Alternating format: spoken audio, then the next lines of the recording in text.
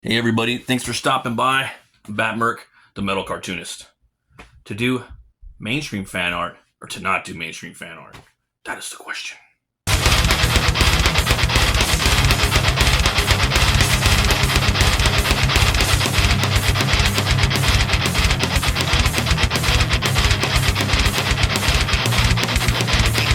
Yeah, it's been a while since I've actually done a video, guys. It's been a few weeks. I've been, going to weddings, birthdays, things like that. I actually bank up these videos before I put them out. I try to put them out on a weekly basis, but they actually take a lot of time and I put a lot of thought into them. It may not look like it, but I do. So they do take some time. So I'm trying to catch up to where I was. Yeah, let's get into it. Mainstream comic book art. Okay. It's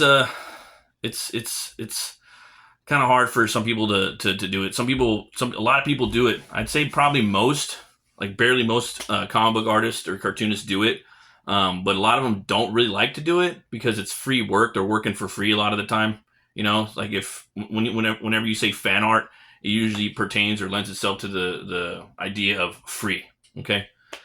So that's why people, don't really do it, or artists don't really do it.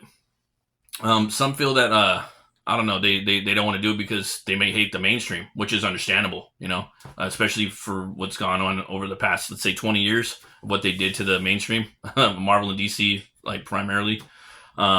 So they don't want to go in there and draw like Batman or Spider-Man because they're just like, fuck those guys, which I understand perfectly. I do understand. But then at some point, there's like people that worked on those characters, like legacy, like the OGs that worked on them, and I'm sure a lot of them feel that way too. But they did some phenomenal work in creating the archetypal versions of these characters or iconoclastic version of the characters that we really loved. So it's like, yeah, I like that. I like that Frank Miller Batman.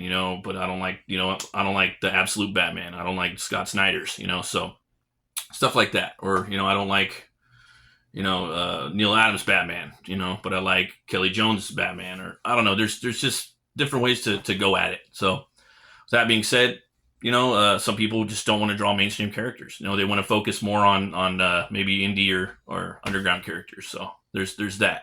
Okay. Then there's a third argument, which is, popped up in the last few years, like, why even do it? It's AI could just do it. AI can do some pretty cool fan art, most people think, But for me, like, even before AI, like, for me, AI looks plastic and rubbery. That's just the way my mind sees it. It looks like a piece of plastic and rubber. I'm not talking about, like, that, like, as like a metaphor. I'm just saying it kind of looks plastic and rubbery. But even before that, there's some artists that kind of just trace, like, poses, and they go into Photoshop, and they're really, like, Photoshop-y, like, painted digital artists, that I'm kind of not a big fan of. Like, it looks cool if it's on a video game, but just that's kind of it. I like to see the hatching. Okay, I like artwork that has hatching and rendering. Okay, that way somebody got in there and they were getting the ink under their fingernails doing it. That's the thing. That's why I'm kind of like, on some digital stuff, it just looks too shiny for me. But yeah, some people don't want to do fan art because it's pointless because of AI now. Okay, so there's that.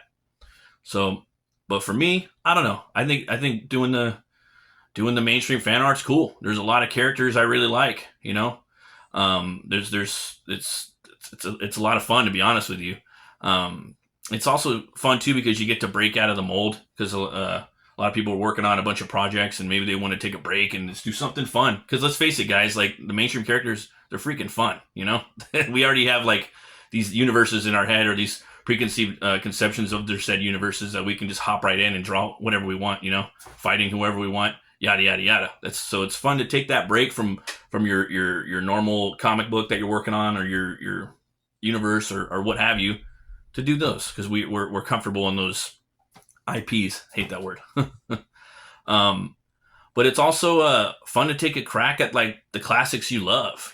Like, there's a bunch of pulp characters I want to draw. I'm kind of scared to draw them, but I want to draw them. I think they're important, and they've been around a long time. It's the legacy of comic books, in which it started with pulps. People were reading comic books. Everyone was reading comic books before radio. They were reading pulps and dime store novels, right?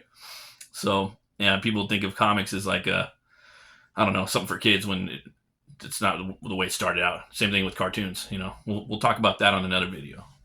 But another thing is too, what if you take a stab at, like, a character that from mainstream, and you make a better version of it, you know, and then someone sees it and then they're like, oh, I'm gonna, you know, take that and make it, you know, a better version of it in the comic. It might suck because they're gonna steal your idea, but at the same time, you just tweak someone else's idea too. But that might get some people looking at your artwork too, like, damn, this guy's got some cool art, and then it might bring people to your website. You could sell your art. So in reality, is it a bad thing? Fuck no, because you're bringing eyes on your artwork, right? So there's that. So you might come up with a better version of that character, maybe a better version of Batman, you know. Maybe you're drawing the new Ultimate Batman, and people are like, oh, look at that ultra swole '90s, you know, brutal Batman. I like that. I'm gonna, you know, maybe what if Nick Dragotta, the creator of that, did that first, and then that got him the job. You know, he might have wanted to work at DC, or fuck, maybe they give you the job there. You never know. Stranger things have happened, you know. So there's always that. There's, I think, a little Jim Shooter writing. You know, when he was like 15, he became like, he was working at Marvel when he was 14. He was just an editor talking about mainstream stuff, and then there he is, you know. I'm not saying most people want to work in mainstream right now because it's still fucking woke and whatnot, but there's that. Eyes on your stuff, okay? You get eyes on your work. Also, you're charting new territories. When you're working on characters you never had before, you know, they might be in a different universe or a different time period or a different genre that you're not familiar with. So it's cool that you're breaking out of your normal genre. Maybe you're only drawing cyberpunk, but now you're forced to draw like Art Deco or a Western or a medieval time. Oh, now you got to draw horses. You got to draw horses now, you know, so that might be good for you. It might not, but I ultimately it would be good for you because, yeah, there is no, it might not. It would be good for you. Everyone should be drawing things they haven't drawn before. You know, you got to get uncomfortable with your art. Like, you got to break out of those molds and sometimes, you know, create rails, you know, and then break those guardrails and then get back in. So you need to, you know, just you know, chart new territories with that. The one thing too, like I was saying, like the main thing about doing mainstream fan art is you're gonna get eyes on your work. Okay, well, it's basically like you're at a con and you're trying to sell a bunch of comic books and no one's looking at your stuff. But if you throw some Batman, Spider-Man, Wolverine, Punisher, you know, the big guy, you know, Fantastic Four, Avenger, you throw them out in the front of your table on the prints, they're gonna come in and they're gonna look at them like, oh, check this out. No, here's my book, you know. But people kind of know that shtick. But either way, it is what it is. It's a fact. People are just going to do that because they're familiar with that character. They're going to be more familiar with Spider-Man than they would Butch Cleaver or Hellwar or something like that. Do you know what I mean? So you got to kind of, it's like a fishing thing. You got to throw it out there and reel them in, you know? But that's the thing, man. It's all about getting eyes on your work. It's all about getting eyes on your work. So I also want to kind of go into the print thing too. So there's another thing.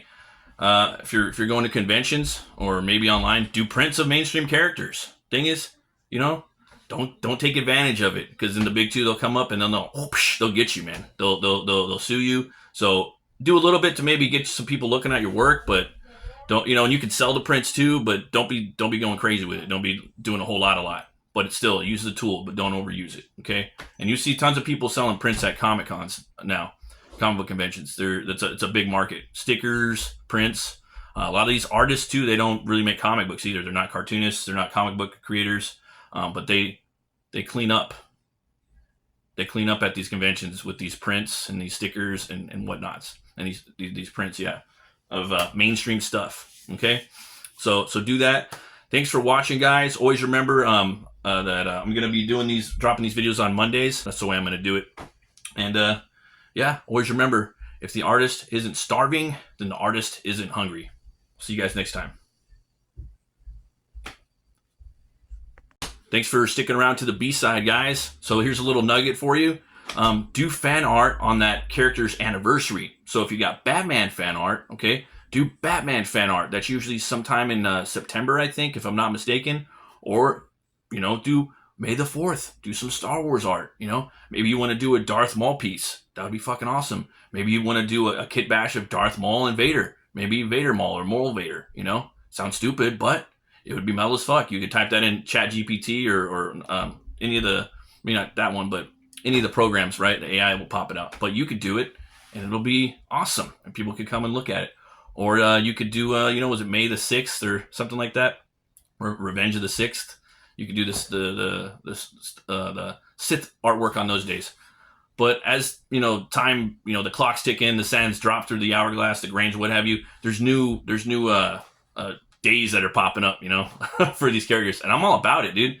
You know, there's all kinds of weird holidays that are happening, and if there's some for like these characters that we've loved and, you know, and embraced and had fun reading and watching and playing video games of and creating and drawing, it's cool that we maybe have a celebration for that day. You know, it doesn't mean it's like you have to go too crazy with it, but as artists, as cartoonists, it's a prime time for us to take advantage of those days and hashtag it, do your artwork for those anniversary days. They happen a lot. It's like every month now there's a new thing, you know. And if there's not, maybe you want to do it. Like me, I'm working on the Shadow right here. You know what I mean? This is a character I always wanted to draw. I was doing this on draw streams too. So I got him up on a roof, you know, he's taking on a bunch of guys. He's using the smoke, you know, he's a Lord of Illusions. So, you know, I'm going to drop that. I'll do some, you know, hashtagging and whatnot. I might get some engagement on it. I might not. People might like it. They might hate it. Who knows? But it's fun. Then they might look at that and they might look at my other art and my other stuff. So that's it, guys. You know what I mean? For the B side, character anniversary engagement. Okay. Thanks, guys. I'll see you next time.